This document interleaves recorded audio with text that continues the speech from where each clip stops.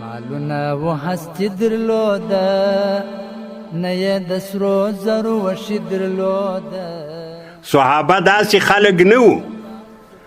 الله ته خوښ وو، الله دنیا ته د جنت زیري ورته رالیږلي دي، د رضا زیري ورته رالیږلي. زه له تی راضي یم که تی راضي یم.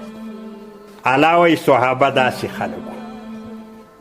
والذین معه خلک چې له نبي علیه السلام سره وو، هغو یو خصلت دا درلودی، اشداء علی الکفار، سخت پر کفارو باندې. شیخ عبیدالرحمن عزیزی له کفارو سره محبت نه، له کفارو سره بغض، ښه نه ورته ښکارېدو لکه ما و تا ته چې ښه ښکارېږي چې الله دې خیر ورکړي، دا یو سړک خو یې راجوړ کړئ، د اوبو بمبې دي، ها دي دا دي، موږ خو بس دغه خیریه موسسې دي، ها دي فلاني دي دا دي. تاسې اوس د دې ملک حالات باندې خبر یاست؟ ستاسې ملک کې نن څه تېرېږي؟ ستاسې ملک کې نن څه کېږي؟ صحابه د کفارو څخه نفرت و، سخت نفرت یې و له کفارو. صحابه داسې ذهن و چې موږ له کفارو نه روپۍ غواړو، نه شی ځینې غواړو، فقط په دغه یې زړه سړېدی چې څنګه یې پر غاړه چاړه راکش کړي. د بدر بندیان چې یې راوستو، نبي علیه السلام دا د 80 کسان هم راوستل دي، اوس څه په کوئ؟ حضرت عمر رضی الله عنه ورته وویل چې ته خو چاړه در واخله د خپل کاکا دې حلال که عباس.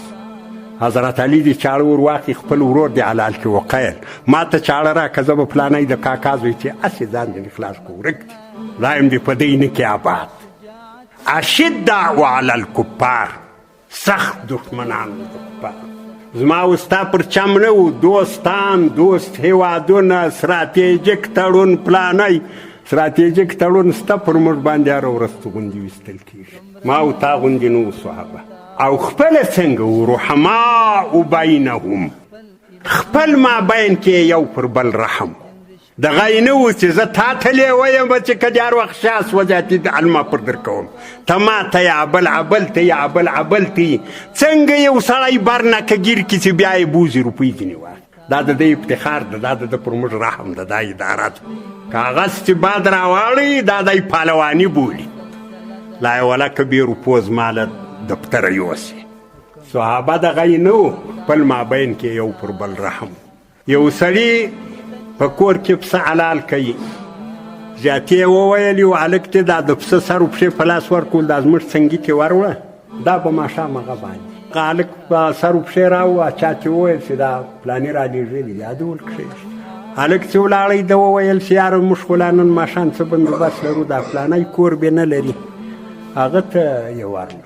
هلک ته په لاس ورکوي، سر یې ابل کور ته یوړ، ابل ته ابل ته پر اتمو نم باندې بېرته دغه کور ته راورسېدی، په دغه کور کې. صحابه داسې خلک وو. یو د پسه سر چې پیدا کېږي د دې ټول کلي غم ورسره وي. ته وا د فلاني کره به یو شی یي که به نه یي، فلاني کره به یي که به نه یي. ما او تا خو چې په شخانې راسي چې یارې کور ځینې تختن کړو، تر هغو یې مسکین ته خو رسېږي لا نه، خو د هر چا پر لاس یې راووتې، شل به د هغې 15 که زیاتې شوې، هغه به یو بل دغه سړي ته ورکړي. زموږ بیا دغه ترحم ده په مابین کې. رحماء بینهم، خپل مابین کې یې رحم. نور خصلتونه یې څنګه و؟ تراهم رکعا سجدا، تراهم تا بلیدو دی رکعا پر رکوع به و، سجدن پر سجده، لمنځونه یې کول، فارغ وخت کې په لمانځه مصرفاوه. ولې یې لمونځ کوو؟ یبتغون فضلا من الله، الله یې فضل طلباوه، د الله د فضل ډېر محتاج. شیخ عبیدالرحمن عزیزي سیماهم علامې د دوی په وجوههم، په مخانو د دوی کې من اثر سجود، د سجدې د اثر علامه یې په مخ کې معلومېده. ګوري یوه خبره دا یاد وساتئ، په دغه نشان رخشنونه مه د جن رښتوني خادمان و